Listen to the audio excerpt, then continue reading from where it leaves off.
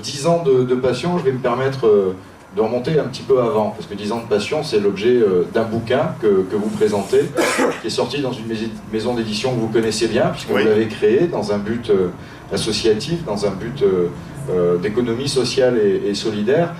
Avant ces 10 ans de passion et de développement de sport extrême, il y a eu une autre forme de sport extrême qui est l'aventure du chef d'entreprise, puisqu'on aime bien faire les parallèles entre le sport de haut niveau et le chef d'entreprise. Ça a été l'objet de conférences récemment au tennis, alors qu'un tournoi ITF se déroulait. Le tournoi ITF, c'est la porte d'entrée à l'ATP. Oui. C'est des gens qui jouent 300, 400e niveau, 300, 400e joueur mondial. Je pense m'adresser à quelqu'un qui aurait rêvé, entre guillemets, d'être joueur de tennis professionnel, tout comme joueur de football professionnel, des sports que vous avez abordés. À 14 ans, vous avez commencé le sport extrême en faisant une ascension du Mont Blanc, si je ne m'abuse. Oui, oui. Donc il y en a qui jouent... alors quand il avait 14 ans, Charles Edrich, il est né du côté de Lyon, au milieu des années 50, on va dire. Donc quand il avait 14 ans, il y en a qui préféraient regarder le début des programmes télévisés, quand ils avaient la chance de les avoir à la maison. Charles Edrich préférait gravir le Mont Blanc. Et puis, après avoir été officier de marine marchande, il y a eu une entreprise qui a été créée sur un chasseur de tête. Si vous vous rappelez, on est sans doute là au milieu des années 80, au début des années 80, et escorté par Patricia Edrich, qui au-delà d'être la maman de 3 enfants, dont Nelson, qui est là et qui travaille avec ses parents cette année. Nelson qui aussi prend une certaine forme de chemin, sport-études de ski. Vous avez choisi donc de créer cette entreprise, une entreprise qui a été cotée en bourse très rapidement, vous en êtes séparés, vous étiez dans le business des chiffres, mais aussi le business des ressources humaines, car l'entreprise n'était pas d'acheter quelque chose, de le revendre 10 ou 2 ou 3, mais était de trouver la bonne personne pour atteindre l'objectif de celui qui l'a recherché. Donc on appelait ça un chasseur de tête, et vous l'avez fait brillamment, non pas en les coupant les têtes, mais en leur permettant de faire gagner des points d'une certaine manière et de gagner leur vie. Ensuite, vous avez vendu cette entreprise alors qu'elle était cotée en bourse, avec un enrichissement personnel qu'on peut imaginer, mais qui a surtout servi à un enrichissement personnel qui n'est pas numéraire, qui n'est pas vénal, et qui est un enrichissement d'adrénaline en quelque sorte, et une aventure qui a démarré officiellement, et là je reviens sur ces 10 ans de passion sportive, de sport-aventure, qui a démarré avec un permis moto que vous obtenez, et quelques mois à peine après avoir obtenu le permis moto, vous partez sur la ligne d'engagement du Paris-Dakar, vous terminez le Paris-Dakar et vous êtes même classé 5e ou 6e de votre catégorie. 6e. Voilà, 6e de votre catégorie, donc voilà, ça vous donne un petit exemple et on va commencer là-dessus, 10 ans de sport extrême, de passion pour l'aventure avec le guidon d'une moto pour ce Paris-Dakar. Oui, bien, merci beaucoup. Donc, je suis très content de présenter donc, un petit peu ces 10 ans de passion. Alors, si on prend... en fait, je peux démarrer avec ça parce que dans mon style, a priori, je suis assez atypique. Et je le dis parce qu'on est en petit comité. Je suis sur le terrain de l'aventure par opportunisme, par opportunité. Mais vous l'avez évoqué un petit peu, j'aurais pu, si j'avais eu les prédispositions physiques, si la vie avait été différente, j'aurais pu tout aussi bien me passionner pour le foot. Alors en général, un marin, il déteste le foot, hein, donc j'en ai rarement vu un coureur qui devait être passionné de foot, ou pour le tennis, ou pour le vélo. Maintenant, j'avais pas de prédisposition, et donc j'ai ciblé, si on prend un terme un peu marketing, j'ai ciblé le sport-aventure comme ma discipline, la discipline sur laquelle je pouvais évoluer au meilleur niveau mondial. Donc la nature, ça me passionne, l'aventure aussi, mais je suis plus dans le registre, pour tous les gens qui me côtoient, je suis beaucoup plus dans le registre de la compétition, dans les records en tout genre, que dans le registre de l'aventure, dans le sens, alors je vais employer un terme évidemment, ceux qui n'apprécient pas cette façon de voir les choses, dans le sens, pour certains, noble du terme. Alors ça ne veut pas dire que quand je suis dans le désert, quand je suis dans l'Himalaya ou en mer ou sur les pôles, je suis heureux comme tout. Il y a un modèle, le modèle dont je pense m'inspirer le plus. Alors malheureusement il est plus là et je ne peux pas en discuter avec lui. C'est Steve Fossett. Et je pense qu'il était vraiment dans un registre de passion, de motivation très similaire à mes motivations. Et souvent on me demande, mais qu'est-ce qui vous fait avoir des projets dans tous les sens? Ma réponse est de dire, pour ceux qui connaissent le tennis, bon, Federer, a priori, on peut penser, il semblerait qu'il soit quand même sur la pente un peu descendante. Aujourd'hui, il est plus que 7e mondial. Qu'est-ce qui fait qu'il continue à s'entraîner à longueur de journée? Moi, ma réponse, c'est pas l'argent, je pense pas. J'allais dire c'est Rolex, mais c'était pour rire. Ah, alors peut-être, après les... Non, moi je pense quand même que c'est quand même la passion du jeu, quoi, la passion de son sport. Hein. Il espère en gagner, il en a gagné quoi, 16 de Grand Chelem. Il espère en gagner, à mon avis, il a peu de chance, mais enfin, allez savoir. Si Wimbledon, il peut peut-être encore le sortir. Mais c'est bon, moi je suis dans ce registre. Hein, et en même temps, je suis dans un... Et puis après, on va enchaîner peut-être sur ce que j'ai fait depuis 10 ans. Et en même temps, alors ça, à la limite, je m'étonne moi-même. Là, j'ai pas vraiment d'explication. Peut-être que certains en trouveront une d'explication. J'ai la caractéristique, il semblerait peu commune, de me motiver aussi facilement pour un record, pour une première, que pour un tournoi de pétanque ou pour une discipline que j'ai jamais pratiquée, l'Ultra Trail du Mont Blanc ou par exemple l'Ironman de Nice. Tout d'un coup, ça me prend une envie subite de courir un Ironman. Je m'investis peu de temps, mais 2 ou 3 mois, 2 mois en m'entraînant sur un Ironman. Bon, je peux rien faire de vraiment sérieux, hein, donc en termes de performance, mais je me passionne tout autant. Donc voilà un peu, ça c'est une petite caractéristique. Voilà. Ce que je vous propose, Charles, déjà il y a Ironman, de quoi il parle, c'est un Marvel qui m'a échappé. Non, pas du tout. Alors on va faire connaissance avec Charles Eldrich à travers un film qui a été réalisé par ses soins, si je ne m'abuse. Comme ça nous permettra, puis aussi la parole circule, hein, on est dans l'interactivité. Si vous voulez intervenir, madame, vous le savez bien, vous avez raison, puisque madame tout à l'heure, ça posait pas mal de questions pertinentes et intéressantes en tous les cas, qui ont fait avancer le débat. Il n'y avait pas de débat de houleux en tous les cas, mais qui ont fait avancer le savoir et la connaissance, l'intérêt général de tout ce qu'il faut savoir pour acheter un bateau et pas se faire piéger. On aborde toute forme d'aspect du nautisme avec ce salon nautique et les conférences qui se déroulent dans ce lieu.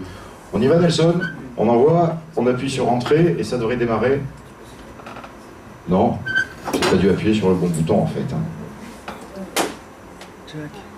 Allez, on fait connaissance avec Charles Eldrich.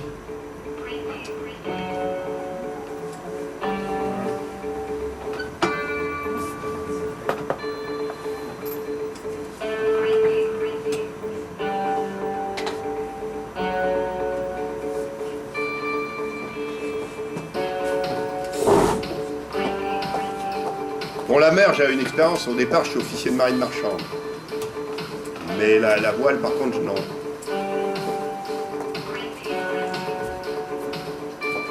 Ça, c'est l'Everest par la voie chinoise, tibétaine.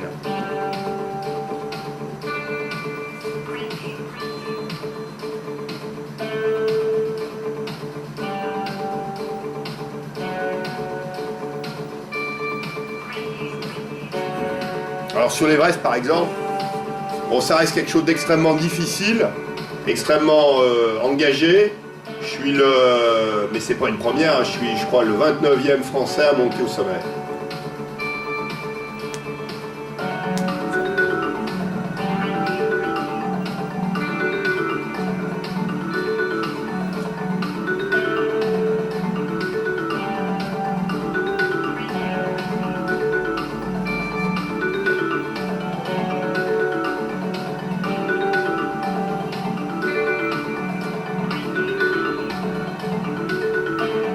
Là, je suis au sommet, hein, donc en rouge. Et 6 mois après, donc j'enchaîne sur le record de vitesse sur l'Atlantique que j'ai toujours aujourd'hui. Sur le record Atlantique Sud, Dakar Amazonie.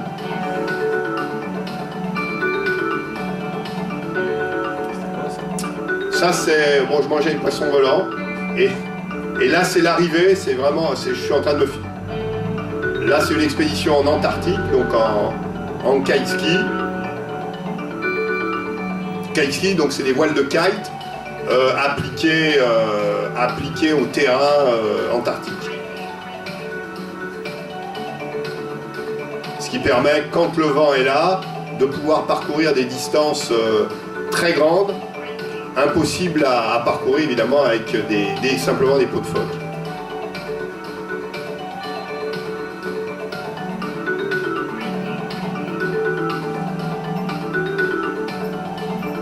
Bon, là on est deux, on réalise une première au pôle Nord, on reproduit ce qu'a fait Jean-Louis Etienne et qui a été le premier à le faire.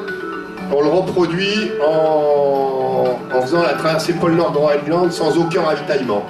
C'est-à-dire on part du pôle Nord avec chacun un traîneau de 145 kg. Et ça, cette photo, là, cette image, elle est prise à 200 km du pôle. Donc là, on est vraiment dans le réchauffement de la Terre, dans la fonte de la banquise.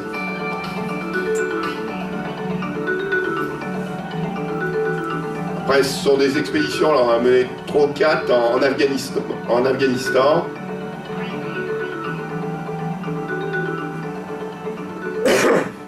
Là, je suis en train de skier, là, je suis à 20 km du centre-ville de Kaboul. Et après, on est allé au Panjshir, on était avec le commandant Yahmad Khan, le numéro... Là, c'est le Panjshir, avec, c'était le numéro 2, le lieutenant du commandant Massoud. C'est un des chars russes, parce que les Russes ne sont pas arrivés à envahir le Panjshir. Ça, c'est le passage nord-ouest, enfin c'est un tour du monde par les deux pôles, avec le Glory of the Sea. Donc je dis on parce qu'on est en équipe, on part de France, Groenland, passage du nord-ouest. Là, on est dans le passage du nord-ouest. Ce sont des icebergs, on est côté Groenland. Et après, on enchaîne île Aléoutienne, Pacifique, Antarctique, Cap Horn et retour sur la France. Ça, c'est en 2011. J'enchaîne Pierre-Amanta, qui est la course référence en ski alpinisme dans le monde. Donc c'est sur 4 jours. On monte le plus vite possible avec ski au pied ou crampon et on descend le plus vite possible. C'est une discipline assez confidentielle mais extrêmement exigeante où devant ce sont des gens qui sont professionnels. Là, 2 mois après, j'étais au départ de l'Ironman de Nice. Donc, sur la plage à Nice, là, donc 3 km 8 de natation, 180 km, ça c'est moi, donc à la sortie de la natation, 180 km de vélo et un marathon derrière. Et dans mes différents projets, donc c'est d'aller au championnat du monde à Hawaï, où je dois arriver à faire, dans ma catégorie, en prenant un peu de temps pour me préparer, je dois arriver à faire un podium. Ça c'est moi donc sur le démarrage, sur le marathon.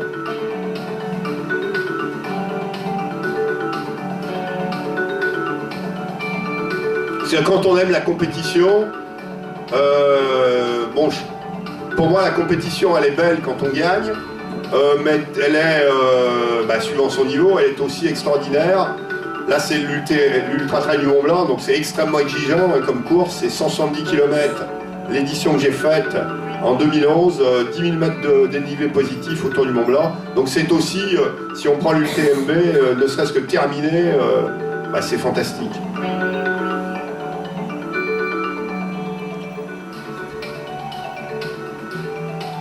Et là je termine en 44 heures non-stop. Et je m'arrête une seule fois, je m'assois 5 minutes pour boire une soupe. Et donc là, ça c'est l'an dernier, où sur ce bateau, je passe 145 jours, sans assistance, sans ravitaillement. Je pars d'Amérique du Nord, donc Europe. Ça c'est passage aux Baléares. Je laisse les Baléares à tribord, le Cap-Vert à tribord, pas les Baléares, les Canaries à tribord, Cap-Vert à tribord, et j'arrive aux Antilles. Ça c'est le jour de l'arrivée, donc j'ai du mal, là on voit, j'ai un peu de mal à mettre le pied à terre. Après 145 jours en autonomie complète. Et là donc cette fois-ci maintenant, là on est sur l'expédition que je viens de terminer il y a un mois, enfin que je viens de terminer la première partie. Donc je suis parti du détroit de Bering, précisément, pour essayer d'être le premier à boucler le passage nord-ouest. Donc le passage nord-ouest, c'est la définition la plus large, c'est relier l'Atlantique au Pacifique par le Grand Nord Alaska, Grand Nord Canada. Et je suis parti début juillet du détroit de Bering, et j'ai fait toute la partie Alaska, et j'ai commencé la partie Canada, et j'ai laissé mon bateau en hivernage dans un petit village que vous connaissez bien qui s'appelle Tutuyaktuk. Tutuyaktuk, on va passer régulièrement nos vacances. D'ailleurs, vous nous raconterez ça en détail demain matin entre 11h et midi. Voilà. Avec beaucoup de plaisir, on aura 1 heure pour revivre cette aventure qu'on a pu voir en direct, presque en direct sur iTélé, ou en écoutant Radio Nova. Mais là, on aura le plaisir de la voir en direct demain matin. Donc, vous avez vu un petit peu, puisque bon, on imagine une sélection pas du tout exhaustive, n'est-ce pas, Madame Edrich, des péripéties, on va les appeler comme ça, des péripéties de votre mari. Alors, à certains moments, on avait l'impression que vous étiez plus guidé par le froid que par la chaleur. Est-ce que le record est synonyme de lutte contre les températures? C'est une question qui vient à l'esprit, puisqu'on vous voit, enfin, que ce soit le ski, l'alpinisme, même quand vous êtes en navigation, on aurait pu vous voir dans des mers tropicales, alors que vous êtes dans des conditions plutôt hivernales en permanence. C'est un moteur? Non, disons, non, tout. Moi, le moteur, c'est donc, c'est comme un peu dans la vie professionnelle. Enfin, si là, c'est une passion, mais bon, j'aborde cette passion un peu comme un métier, si on peut dire. Avant, souvent, on a tendance à penser à ses points faibles, notamment les Français. Et moi, de tout temps, j'ai toujours pensé, que ce soit pour moi ou pour les autres, à dire commençons par essayer, quand on en a, à essayer de jouer sur ses points forts. Et mon point fort, et je réponds directement à votre question, c'est un peu l'endurance. Mais sur le terrain de l'endurance, bon, j'ai certainement des prédispositions, mais je côtoie des gens avec probablement autant de qualités que les miennes, sur le terrain vraiment de la résistance, l'endurance. Et par contre, le terrain sur lequel tout le monde me reconnaît, donc des prédispositions extraordinaires, c'est le terrain de la rusticité. Donc souvent on me demande de me comparer à, par exemple, à un animal. Le cheval de course, c'est pas du tout l'animal qui me correspond. Par contre, le baudet du Poitou, beaucoup plus. C'est-à-dire le froid, donc je gère ça sans trop de problème, mais la chaleur également. Donc non, quand j'arrive en Amazonie sur mon premier record sur l'Atlantique, il fait une chaleur quand même terrible, donc une humidité terrible, où l'an dernier, ma traversée retour, c'est Cap-Vert Antilles, il fait quand même à la rame, il fait très très chaud. Et non, l'humidité, c'est terrible à gérer également, quoi. Et si vous devez faire mettre des mots sur les sensations, sur les émotions qui vous traversent quand vous êtes... elles sont de fait pas les mêmes quand vous êtes au guidon d'une moto au milieu du désert, ou quand vous êtes seul à la rame au milieu du désert, et puis avec un entourage, avec un environnement, avec de l'assistance, avec pas du cocooning, mais presque en tous les cas quand vous arrivez au bivouac. Et puis vous vous retrouvez quelque temps après tout seul pendant plusieurs dizaines de jours, plusieurs centaines de jours, au milieu de nulle part, sans assistance technique plus que ça, puisque aujourd'hui c'est très facile d'avoir de l'embarquement, en fait, des signaux, des moyens de communication embarqués, mais vous avez aussi fait des choses, vous n'aviez aucun moyen de communication avec vous. Oui, alors là, c'est pareil, c'est pas du tout quelque chose que j'ai travaillé, et chez moi c'est parfaitement naturel, c'est peut-être une faiblesse, mais c'est aussi de temps en temps un avantage phénoménal, c'est que j'aborde une expédition comme celle de l'an dernier, où je passe 145 jours en solo, comme j'aborde un match de tennis, qui va durer, sur les cas de figure, 2 heures, 3 heures ou 5 heures, c'est-à-dire, à partir du moment où je me suis décidé sur une aventure, sur une expédition, le résultat prime. En clair, je réussis mon aventure, j'ai gagné, quelle que soit la raison, ça marche pas, j'ai perdu. Et tout le reste, que ça soit les obstacles, l'environnement, le fait d'être seul à plusieurs, bah, ça fait partie du contexte en général, et c'est presque des éléments qui sont inhérents, on va dire, au projet, et qui ne me posent pas plus de problèmes ou de cas d'émotions qu'autre chose. Ça paraît incroyable. Alors ceci dit, attention, ça paraît incroyable quand on n'est pas dans ce genre de passion, mais dans mon entourage immédiat de sportifs aventuriers, on est quand même quelques-uns, je vais donner quelques exemples, à avoir un peu, alors ça, je vais vous donner des exemples qui sont pas du tout poétiques, et qui vont même, pour certains, qui vont peut-être choquer, mais si on prend certains marins, je ne vais pas donner de nom, mais le Cap Horn, on ne sort même pas la tête du bateau pour regarder quand on passe devant. Si on prend, pour moi, le meilleur marin au monde en solo actuellement, c'est, vous le connaissez, Xavier Macaire. Autour du monde, ça sera peut-être demain. Deuxième à la solitaire du Figaro, et qu'on excuse d'ailleurs, hein, Xavier Macaire, vous avez pu regarder le programme, vous dites, il en manque un là, Xavier Macaire, qui est d'ailleurs, avec beaucoup de, on est chauvin ici, hein, oui. il porte les couleurs du département de l'Hérault, et d'ailleurs il est sur le salon, il était l'année dernière déjà, sur l'espace du Conseil Général, non, c'était pas lui que vous pensiez? C'était à Charles-Edrich, peut-être? Non, il viendra sans doute hein, autour du monde, mais autour du monde, pour l'instant, il procède étape par étape, non, celui qui détient le record du monde, autour du monde en solo. C'est vous, non? Pas encore, non. Ça viendra peut-être, mais ça fait partie de mon projet.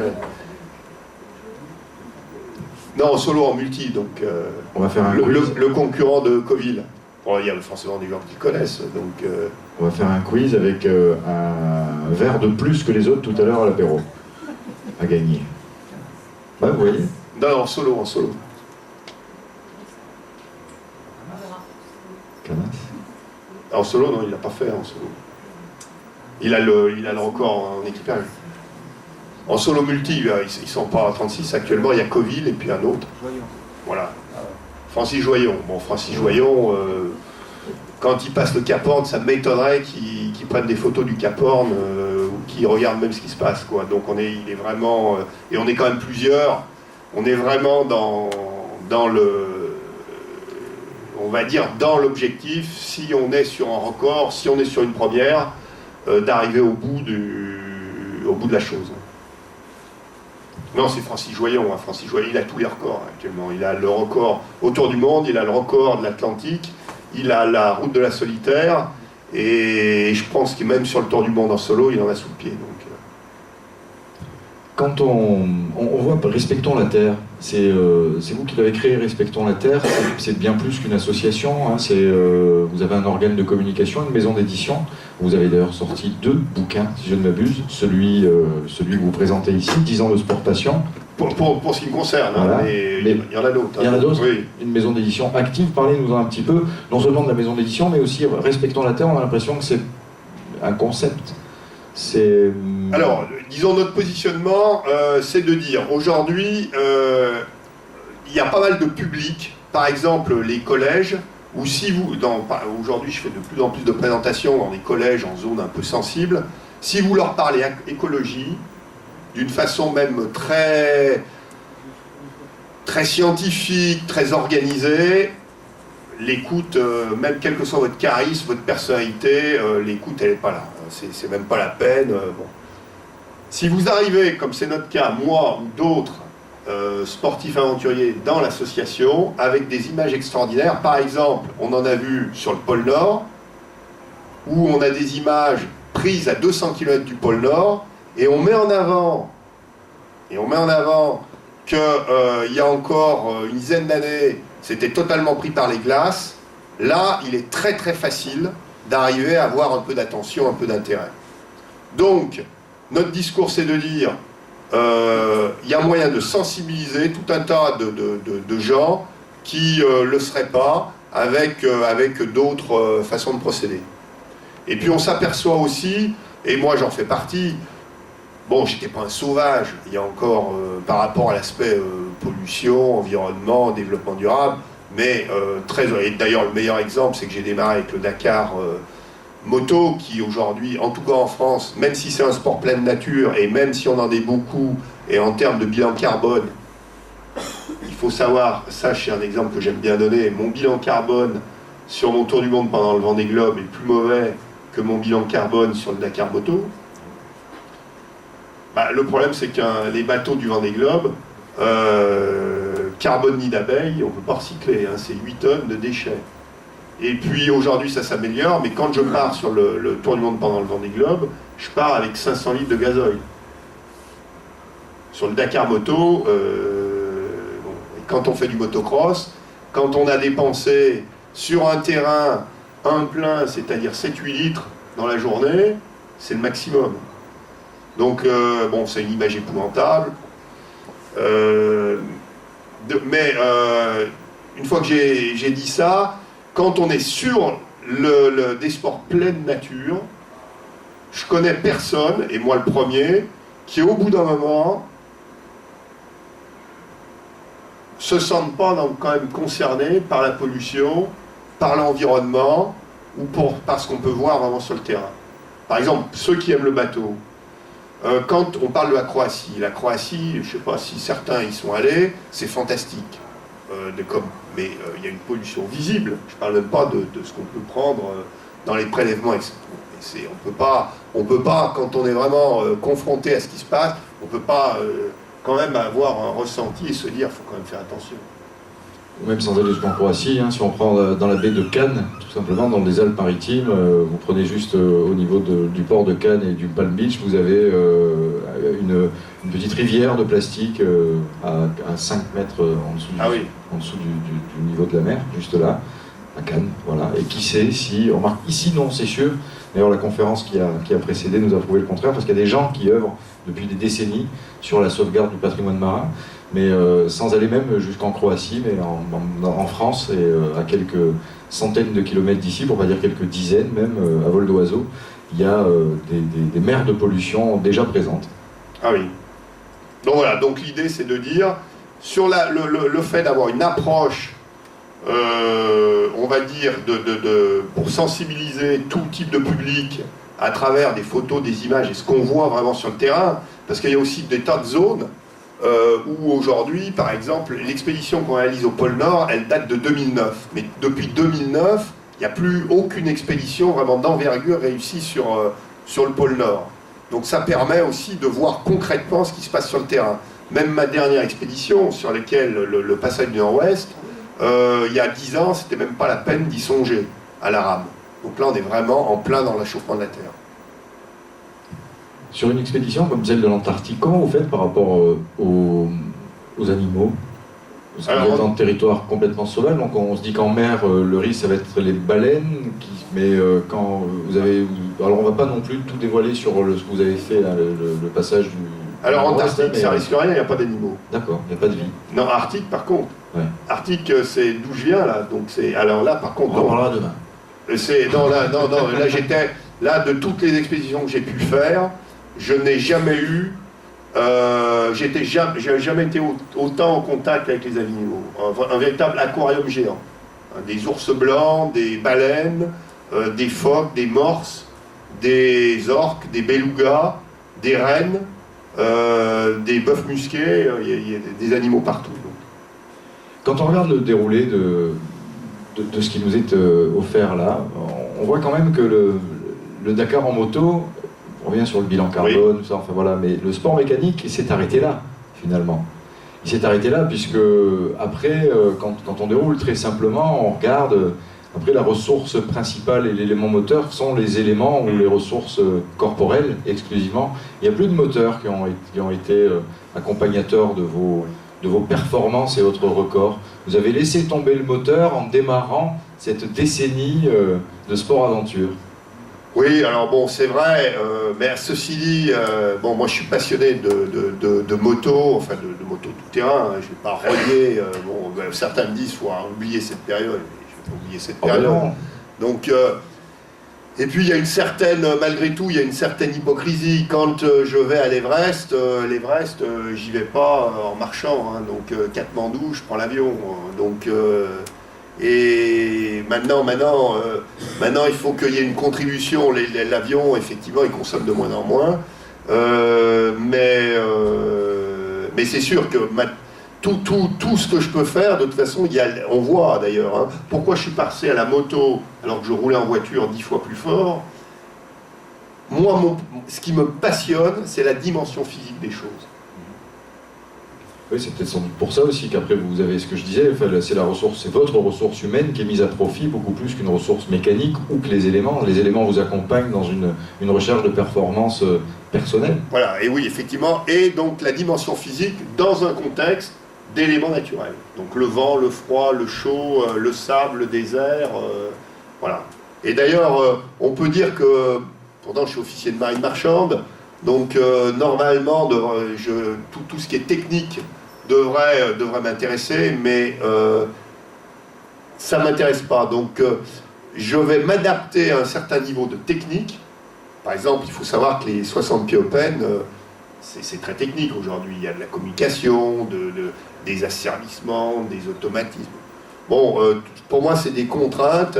Et si on prend, par exemple, mes bateaux à rame, j'élimine tout ce qui n'est pas absolument vital pour l'expédition. C'est-à-dire, j'ai pas d'informatique, j'ai pas de pilote automatique sur la dernière, j'ai pas de chauffage. La seule chose que je garde, c'est le téléphone par satellite pour communiquer avec mon routeur, parce que ça me permet de ne pas avoir à me préoccuper de la météo. Est-ce que vous voudriez, messieurs, intervenir, ou alors si vous-même vous avez gravi l'Everest, donner votre sentiment sur le passage le plus difficile avec Charles, ou si vous avez fait une expédition dans l'Atlantique? Est-ce que vous avez une préparation mentale et physique vous avez là enchaîné les expéditions Non, préparation mentale, non, aucune. Je dirais même que par expérience, en général, sur ce genre de sport, enfin d'aventure, en général, déjà si on se pose la question de prendre un préparateur, il vaut mieux faire autre chose. C'est-à-dire il faut vraiment que...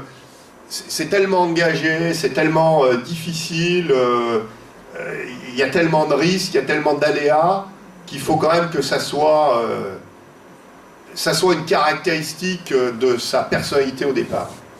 Et que ça soit les meilleurs alpinismes, les meilleurs marins. Francis Joyon, bon, je ne le connais pas directement, mais si vous lui parlez de préparation mentale,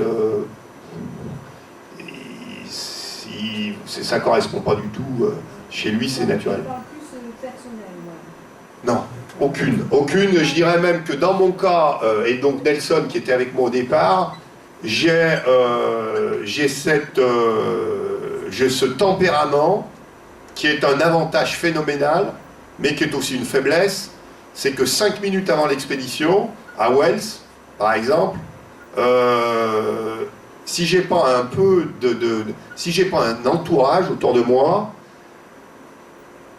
5 minutes avant le départ, je suis toujours pas dans l'expédition. C'est-à-dire, je vais avoir tendance, j'ai pas de carte, je pars, je m'aperçois la veille que j'ai pas pris de carte. Parce que je suis pas, je suis ailleurs. Donc l'avantage phénoménal, c'est qu'il n'y a aucune pression, décontraction totale, mais en même temps, il faut que je sois un peu balisé. Alors l'avantage aussi, c'est que quand je mets le pied à terre, même après 145 jours, comme c'était le cas l'an dernier, là par exemple, je parle du passage nord-ouest, je réponds à votre question, je suis revenu il y a 1 mois, mais j'ai l'impression qu'on me parle d'un passé lointain, et pour moi c'est déjà classé, et pourtant je termine la deuxième partie, donc ça reste quand même normalement un peu d'actualité, mais pour moi c'est déjà classé au même titre que le Dakar Moto, qui date de 10 ans, ou que mon expérience de chef d'entreprise, de recruteur, il y a 20 ou 25 ans. Donc, alors pour ce qui est de la préparation physique, là aussi, Mais là, maintenant, on est quand même plusieurs à avoir exactement la même approche des choses. C'est que sur ce genre de choses, alors il faut être évidemment en très grande forme. Donc, je fais du sport, mais j'ai aucune préparation spécifique, aucun entraînement régulier d'aucune sorte. Alors, pas d'entraînement. Alimentation non plus Alimentation, surtout pas. Alors, il faut faire attention, surtout pas. Alors, je vais développer un petit peu ça. Alors, pourquoi ? Alors, je vais donner un exemple précis. En expédition himalayenne, par expérience, alors il faut faire attention parce que ce que je dis, c'est des généralités. Et comme dans beaucoup de généralités, on va pouvoir trouver des exceptions qui vont confirmer la règle. Mais en général, en expédition himalayenne, quand on voit quelqu'un de très attentif à son alimentation, par exemple, avec pipette, qui fait attention, qui a le matériel absolument dernier cri, en général, ça se passe mal. Pourquoi ? Parce que l'aventure par nature fait que vous ne savez pas ce qui va se passer. Vous allez mal dormir. Alors, en montagne notamment, on perd le sommeil, on perd l'appétit, on maigrit énormément. Donc, plus vous allez être dans une préparation rigoureuse, structurée, organisée, sérieuse, moins ça va vous préparer justement à vivre des choses complètement inattendues. Bon, il faut savoir, alors maintenant c'est pas un conseil forcément, mais ceci dit, aujourd'hui il y a même des scientifiques, des chercheurs qui arrivent à la même conclusion pendant très longtemps, parce qu'on ne sait toujours pas aujourd'hui pourquoi certains passent très très bien en très haute altitude et d'autres moins. On ne sait pas. On a même aujourd'hui quelques données scientifiques qui laissent supposer que les très très grands sportifs passent mal, très très très entraînés, à longueur de temps, passent mal en très haute altitude, parce qu'il semblerait que pour s'adapter, il faut des capteurs, et que ces capteurs perdent en sensibilité si vous entraînez, disons, d'une façon extrêmement sérieuse. Donc pendant très longtemps, les anglo-saxons sélectionnaient les gens qui partaient en expédition au bistrot. Et c'était ceux qui tenaient le plus longtemps, à l'apéro, qui a priori allaient... C'est une réalité. Il va y avoir une sélection là, sur le salon nautique du Cap d'Agde pour une expédition. Là, si vous voulez recruter, là, je peux vous dire, on a même des noms déjà qui sont... On peut... Alors, et moi j'ai pu le vérifier en expédition. J'étais avec un Sherpa qui aujourd'hui s'est fait battre, mais qui avait le recordman de succès sur l'Everest. Et il était avec deux de ses enfants. On était au camp de base du Shoyu. Le camp de base était à 5008. Et ce qu'il disait, c'est là, mon plus jeune fils, il va être bon parce qu'il prend des apéros même à 5008. Mais celui-là, je ne pourrais rien en faire. Donc le fils aîné, parce que ça s'est révélé exact. Donc alors maintenant, ça c'est vrai, attention, parce qu'après il ne faut pas extrapoler sur tout type de sport. Ça c'est vrai sur des sports où, on va dire, l'aventure, l'effort de très longue durée, l'effort, on peut dire extrême, va être l'élément déterminant. Il est évident que si je me mets sur l'idée d'aller au championnat du monde d'Ironman et d'essayer de faire un podium, là, je vais avoir une approche radicalement opposée.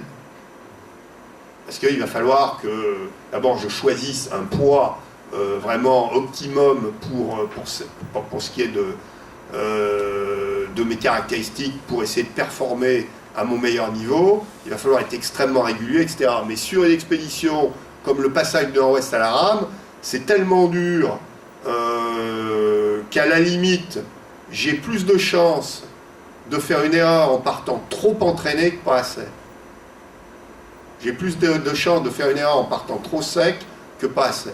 Parce que ça va tellement jouer dans la capacité pour pas dormir, ou très peu, dans la capacité pour gérer le froid. Le froid c'est relatif, mais là j'avais -5, -10, une humidité terrible, des conditions de vie épouvantables, que le fait de partir extrêmement entraîné, ça joue pas tellement.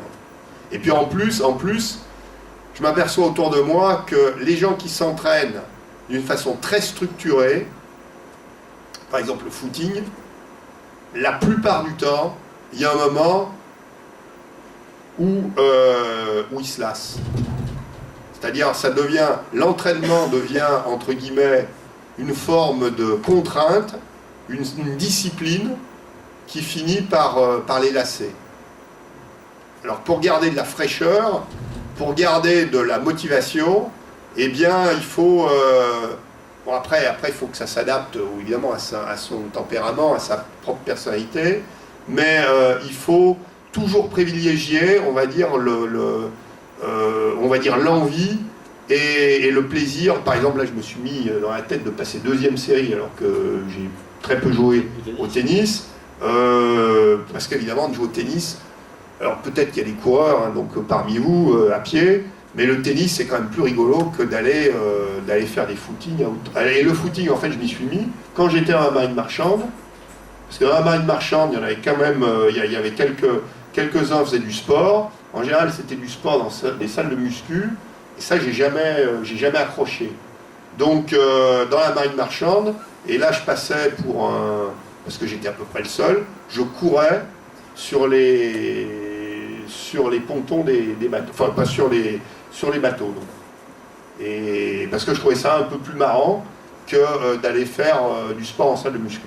Alors, si vous vous entraînez, vous risquez de vous lasser. Si vous vous entraînez pas, vous risquez fort de vous lâcher. En quelque sorte. Puisqu'à un moment donné, c'est ça, hein, vous avez tout à fait raison. Je crois qu'une définition de l'aventure, c'est ce qu'on ne connaît pas.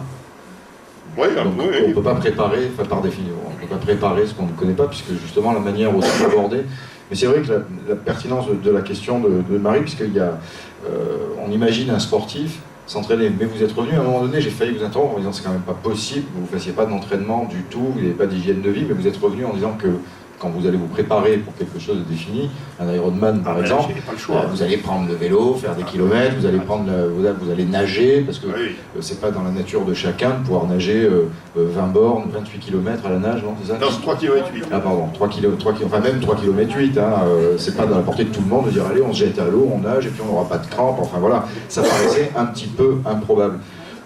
D'autant que Marie Delpic était auteur de la question à escorter en quelque sorte quelqu'un qui faisait une modeste traversée à la rame et qui était rentré dans un process de préparation physique et alimentaire.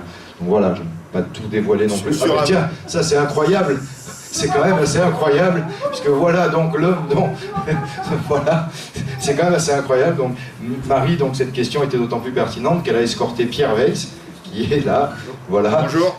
Pierre Weiss qui a été contraint d'abandonner pour des raisons météorologiques une traversée Cap d'Agde de Calvi, encore sur une petite traversée en Méditerranée, et elle a suivi de très près donc sa préparation physique et sa préparation alimentaire également, où toute proportion gardée, je dirais, me permettrait de dire que voilà, Pierre Weiss ne s'appelle pas Charles Edrich, mais la Sodéal et la commune d'Agde, enfin dans le coin, on en a un aussi, en quelque sorte, qui n'est pas en direct sur iTélé, qui n'est pas sur Radio Nova régulièrement, qui n'est pas chroniqueur sur France Inter. Je crois que vous avez été aussi chroniqueur sur Inter, non, hein, vous avez fait les carnets de voyage.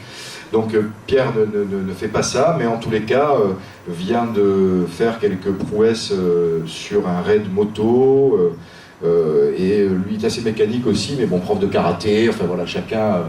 il y a aussi ses passions, et il ne dira pas le contraire quand on dit que l'aventure, c'est ce qu'on ne connaît pas. Charles Edrich était en train d'expliquer qu'avant la plupart de ses aventures, on entend par aventure la découverte, et pas un Ironman ou un trail ou grimper le Mont Blanc, il n'y avait aucune préparation physique ni alimentaire, et ça nous a laissé un peu bouche bée sur les premières minutes. Arnaud Vidor, qui est là aussi, qui est sportif, lui, il a l'habitude de voir descendre les gens sur les toboggans. L'adrénaline, c'est les gens qui viennent dans le parc Aqualand. Merci Arnaud Vidor de s'intéresser à la vie du Cap d'Agde, même quand le parc Aqualand est fermé. Ça fait plaisir. Et donc voilà, je ne sais plus où je voulais en venir avec tout ça. Je ne sais vraiment plus où je voulais en venir. Si c'était Arnaud, une question. Si vous permettez, moi, ce qui m'interpelle quand même, c'est la capacité que vous avez à enchaîner avec un intervalle très court des compétitions ultra, que ce soit la Terra enchaîner derrière 2 mois après l'Ironman, quand on sait qu'il y a une capacité de récupération après la Terra de peu près d'un mois, et d'arriver à enchaîner tout de suite derrière un Ironman sans entraînement particulier et sans une diététique particulière, alors que dès qu'on ouvre des magazines de sport, on parle toujours, que ce soit pour des ultras, de VTT, d'entraînement, c'est remettre tout en question ce système. Alors, est-ce que ça serait... Alors, remettre tout en question, attention, hein, là, par exemple, dans l'équipe, respectant la Terre, on a Matteo Jacquemou qui la gagne, Pierre-Manta. Donc, moi, je ne la gagne pas, la Pierre-Manta. Donc, il faut toujours relativiser par rapport à la performance. Moi, mon objectif, c'était d'enchaîner Pierre-Manta, Ironman et UTMB. Bon, là, tout le monde m'avait dit strictement impossible. Parce que j'avais jamais couru dans aucune des 3 disciplines. Matteo Jacquemou, si vous voulez, lui c'est un professionnel, il a le record aussi sur le Mont Blanc, il ne fait que ça. Il prend 1 kilo, il est plus performant. Donc on habite le même village, à Saint-Nicolas-de-Véros, donc ce que je dis, ça concerne quelqu'un qui participe, qui peut participer très honorablement, mais avec ce que je dis, c'est strictement aujourd'hui impossible. Même si j'avais 20 ans, les prédispositions, déjà j'ai pas le profil pour gagner une Pierre-Manta. Pierre-Manta, une anecdote, Patricia, donc ma femme, vous voyez, je pars probablement comme je suis là en termes de poids, j'ai la même taille évidemment. Quand on voit les images, je suis probablement le plus vieux sur la Pierre-Manta et certainement le plus gros, le plus lourd. Parce que c'est un sport, on va dire, où chaque kilo compte. 2 mois après, je suis au départ à Nice, et je me revois encore, je regarde autour de moi, donc dans nos combinaisons de nageurs, j'ai l'impression d'être un gringalet. Parce que sur un Ironman, ça vous, disons la natation, ça vous fait gonfler. Donc après, sur les sports, on a plus ou moins de prédispositions. Vous avez un suivi médical entre chaque épreuve? Non, moi j'ai aucun suivi. Depuis maintenant une vingtaine d'années, je suis suivi, alors c'est à la fois une anecdote, mais en même temps ça correspond à une certaine réalité, je suis suivi par un vétérinaire.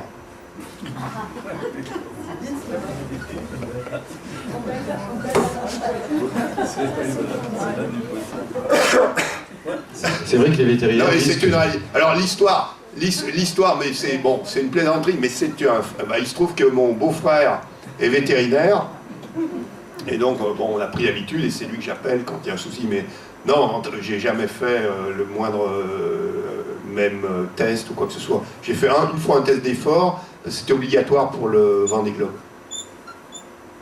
Oui, moi je voudrais simplement témoigner d'une époque où j'ai connu ce monsieur Friedrich en costume 3 pièces et tristement sérieux, dirigeant son entreprise et m'aidant à recruter dans celle que je dirigeais. Et moi ce qui me passionne, c'est ce changement. On a dit qu'on passait une vie à devenir ce que l'on est, et là je pense que ça s'applique en particulier à Friedrich.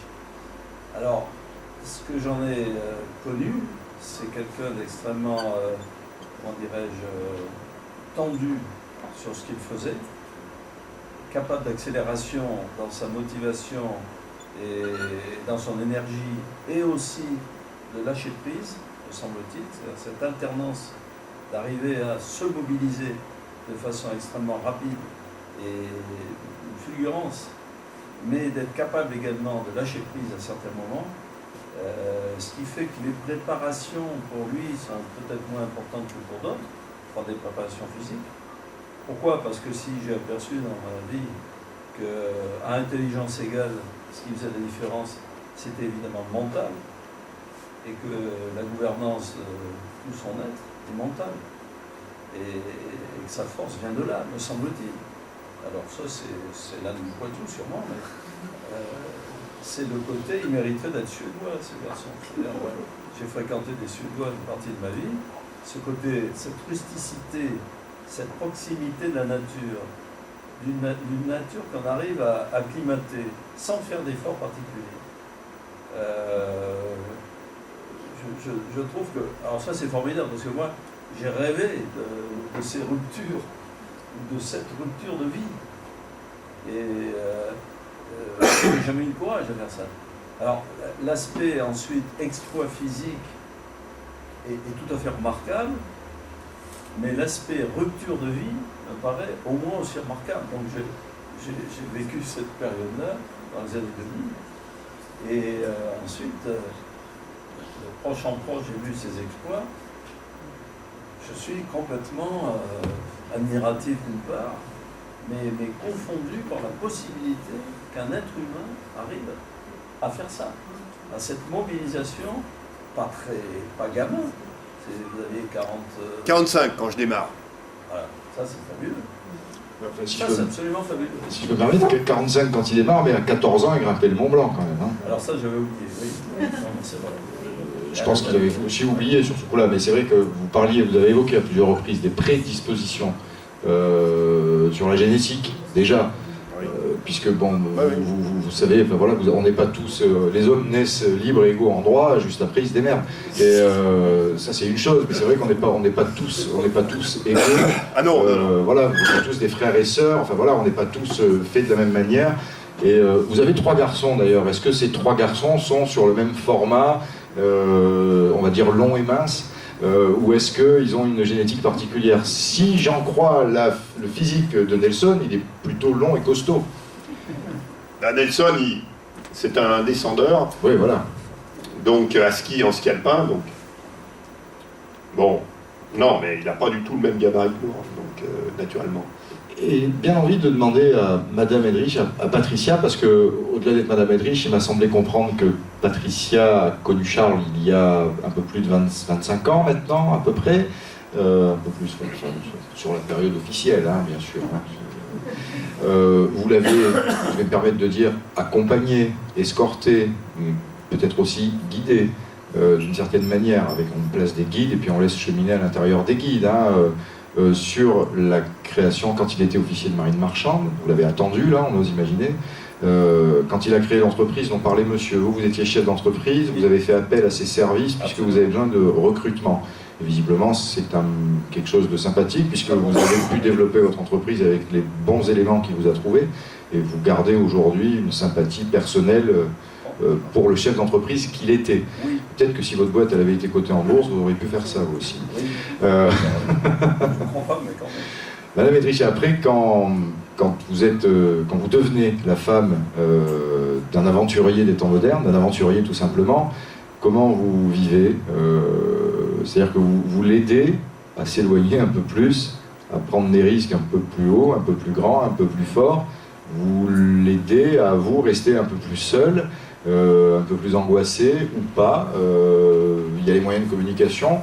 Une question indiscrète, il vous contacte régulièrement, tout va bien, vous vous inquiétez pas, vous voulez pas savoir. Comment vous avez évolué, comment vous êtes maman de 3 enfants dont il est le papa. Les enfants ont 23, une quinzaine et une dizaine d'années.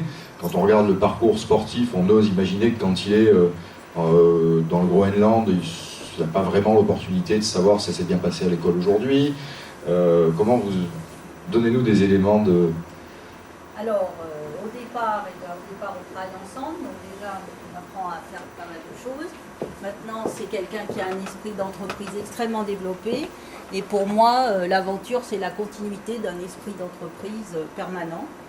Pour ce qui est de prendre des risques, de les cerner, de se mettre des objectifs et d'y arriver. Je pense que s'il n'y avait pas un entrepreneur derrière la démarche, on aurait peut-être moins de résultats.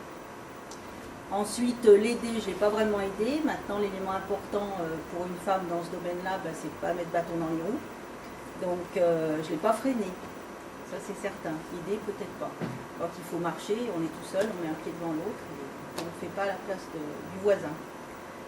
Les enfants, il y en a 3, c'est vrai. Il fallait bien quelqu'un qui reste à la maison pour les garder et pour s'en occuper. Ça s'est bien passé. Ils sont sportifs aussi, donc ils pouvaient participer. Ils ont bien fait la différence entre les normaux qui peuvent trouver ça extraordinaire et eux qui sont dans le film, donc qui sont habitués. Donc qui mesurent avec un petit peu plus de recul ce qui peut se passer dans la vie de leur père. Et puis après, il faut le vivre au jour le jour, il faut avoir envie de le faire. Métro, boulot, c'est très intéressant, mais l'aventure c'est passionnant aussi. Moi, le démarrage de nouvelles activités, c'est quelque chose qui m'a toujours intéressé. Donc, quand c'était le recrutement, on est parti dans le recrutement. Et puis, quand c'est l'aventure, on y va aussi, avec grand plaisir. Et puis ensuite...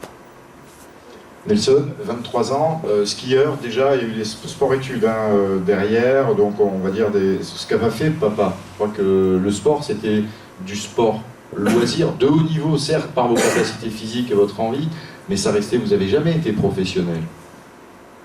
Enfin, plus ou moins, j'étais moniteur de ski, donc, mais professionnel en compétition, non, jamais. Non, mais j'en avais fait très peu. Hein. Donc le Mont Blanc à 14 ans, bon, c'est à la portée de beaucoup de gens, hein. Donc il faut avoir l'environnement, mais c'est pas... Si, j'ai emmené des jeunes de la Seine-Saint-Denis... Tout le monde est d'accord, faire le Mont Blanc à 14 ans, c'est un truc, c'est juste normal. C'est vrai qu'il y en a qui pensent que savoir nager, c'est un truc qui est pas normal, hein, mais... Parce qu'en plus, vous avez grandi à Lyon, c'est ça, hein? Oui. Ouais, partir faire le Mont Blanc, ça peut paraître normal quand on habite à Lyon, pourquoi pas? Mais bon, après, c'est toujours pareil, hein, c'est comme... Oui, Nelson. Moi, j'ai demandé à Nelson s'il avait fait le Mont Blanc, lui, il me répond avec... il me dit oui, mais derrière en arrière-fois, évidemment. Non, j'habitais juste devant, donc c'était normal. Quand on habite face au Mont Blanc, c'est normal d'aller le gravir. Ouais, la routine, quoi. Qu'est-ce que tu fais ce week-end? Je vais gravir le Mont Blanc, et toi? C'est vrai. On va passer le micro à Nelson. Alors à l'inverse, hein, je disais, maman, mais quand on est à l'école, là, on est en seconde, en troisième, et puis il y a papa qui est en train de faire une expédition dans l'Antarctique, quand on est au début de l'année, qu'on dit profession du papa, on répond quoi? Sportif aventurier. Et puis si on demande un peu plus, on raconte toutes les expéditions. Maintenant ça commence à faire beaucoup, donc c'est un peu long, on choisit les mieux. Mais je veux rebondir sur le fait que quand il est loin, on ne le voit pas trop. Moi je suis parti en sport-études et pour le ski, j'étais obligé de vivre de toute façon loin de mes parents qui habitent à Paris. Donc qu'ils soient en Antarctique ou à Paris, c'est aussi loin. Au téléphone, c'est la même chose. Pour moi, en tout cas. Et il nous appelle tous les jours pour savoir ce qui se passe, pour savoir nos résultats, et souvent il est plus au courant que nous sur les courses de Formule 1 ou les arrivées du Tour de France. Donc ça c'est quelque chose de très positif, qu'on ne ressent pas trop le fait qu'il soit loin. Vous restez connecté avec le monde sportif en permanence?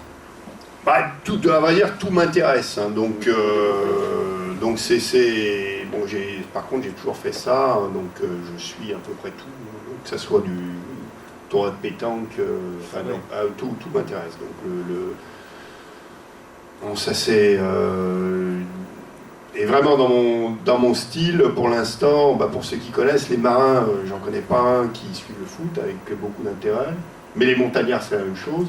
Et ne parlons pas du vélo, Mike Horn, je ne sais pas si certains voient qui est Mike Horn, c'est un Suisse qui évolue un peu, enfin un Sud-Africain qui habite en Suisse, qui évolue un petit peu dans la même catégorie, ou Bertrand Piccard, certains connaissent. Alors lui, il est absolument pas sportif, bon, lui je m'entends très très bien avec Bertrand Piccard, il ne faut même pas lui parler de sport, hein. Donc il est vraiment, il en fait pas, donc il en a fait un peu. Il a fait un peu de parapente, mais il y a 20 ans.